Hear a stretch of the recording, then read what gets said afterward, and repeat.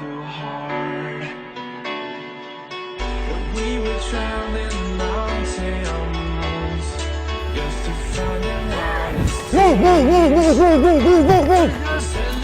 In the car, stay down to it. Go, go, go, go. If you're getting into this job, you should be ready. Your life may be coming behind your clients. You need to be someone who is at least potentially prepared to put yourself at great risk.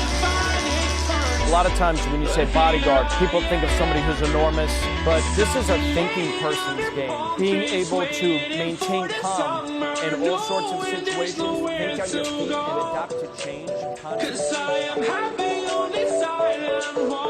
Nancy Pelosi, Joe Biden, President Obama, we've worked for all of them. Obviously, the primary goal is to keep our principal, we call them, or our clients safe. But there's so much more than that. So what we're offering is a 3-day executive protection career course. Include everything from classroom to practical exercises that actually include real role players that will be executives. They're going to have to do an entire mission from the beginning to the end. A large percentage of executive protection agents come from either military backgrounds or law enforcement backgrounds. My name is Jose. Currently, I'm an active law enforcement officer in Northern New Jersey, specifically a homicide detective. My name is Joseph Gelling. I'm a former reconnaissance Marine. I really like the military community for executive protection agents. This job is very demanding. It could be long days. You have to maintain flexibility constantly, adapt to change, and the military background really lends itself to that. We obviously want somebody who's physically fit. That's a requirement. But you do not have to be 260 pounds and 6'4". Absolutely not. If you were to look at many details that are out there working for different clients around the country, you'll see few people like that. There is a lot of classroom. People need to know the fundamentals, the basics of executive protection. We're going to describe what actions each person is going to take, how he's going to move around the venue. We'll go over the roles and positions of an executive protection team. There's many positions within a team, and there's different types of formations. You would see what we call a diamond formation. It provides complete 360 coverage of a principal. Utilize more in high threat environments and more open areas. But here in the States, we will always tone down relative to we don't want the visibility of it. The client wants people not to even know they have security. So they'll distance themselves a little more from the client.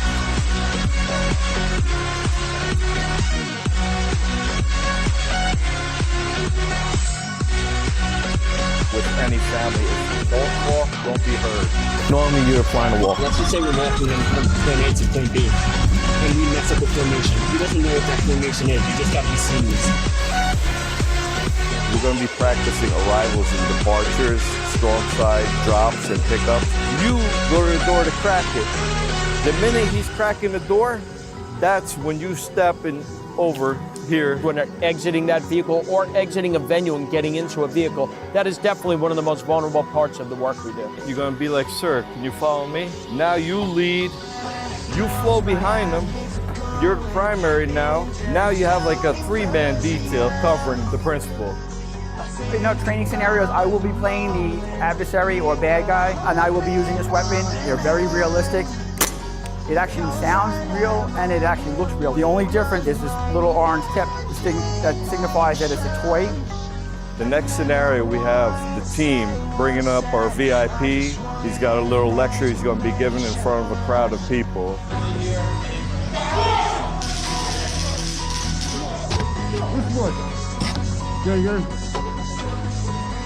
One member handled the threat, the rest of the team got the client off the X. When we have to get the principal off the X, it means get them out of a certain area, scenario, as quickly and seamlessly as we can. It's definitely a little different because as a Marine, you see it in all the commercials, you run towards the sound of danger. Sometimes we have to retrain people for this because people who have worked in law enforcement and military, their natural inclination might be to go towards a threat. In executive protection, we want to just get away as fast as possible. They're not here for the battle. This is a thinking person's game. This is not a brute force game. We need people to think on their feet, make quick decisions, adapt to changes, and get the mission done. You always have to have your eyes everywhere, just make sure there's no threats or anything like that. In this field, we have thought of all that before an incident takes place. That's why you have that guy that goes the day before, looks for everything, looks out for exits, look out for entrances, talks to people that are from the building. The advanced site visit or planning before a mission is what will set you up for success. So you got one exit over there, And you have one more other exit when you walk outside. We know far more than the principal knows about every place they're going, how we're going to enter, who will be there, the points of contact. Even if things do arise, changes last minute, you'll be able to adapt much easier than if you have not done that proper planning.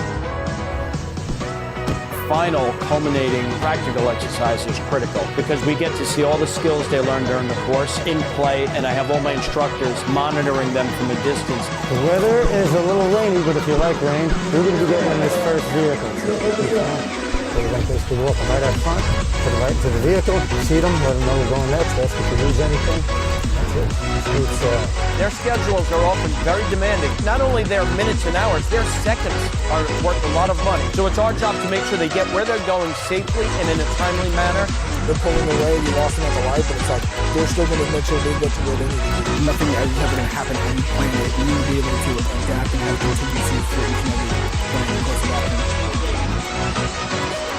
You know, it's not the end of the world. If we can't tell the advance that we're going to be there in 2 minutes, and like he knows we're coming. I told him 10 minutes out, so he can prepare for that time. If one guy, not that he messes up, but goes a different route, got that guy that's going to come in and say, I got you. The dude's up through. Stay close to where we can react if something would happen in the minutes, but find nothing way and kind of look as inconspicuous as possible. You might be in front of that door for 3 hours. I think the initial draw might be an inaccurate one for some people when they hear the term bodyguard. Wow, this is exciting. This is the career I want to get into. And it can at times. However, there's a lot of standing in hallways. There's a lot of watching people for countless hours. It could be boredom could be your greatest enemy. You spend so many hours of just what seems like nothing until that something happens.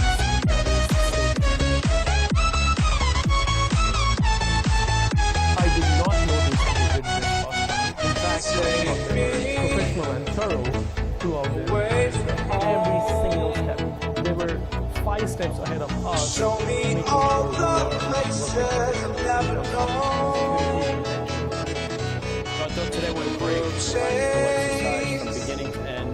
It was great to see that the agents, first of all, were prepared, but also we were able to see them react to some challenges where they would have to react on their feet. It wasn't part of the plan. The hardest part of the practical is making sure everybody's on the same page.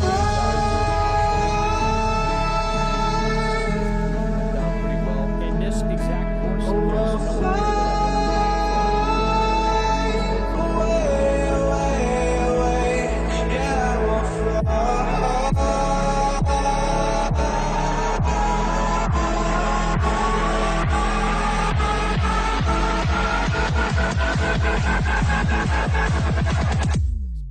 I will fly.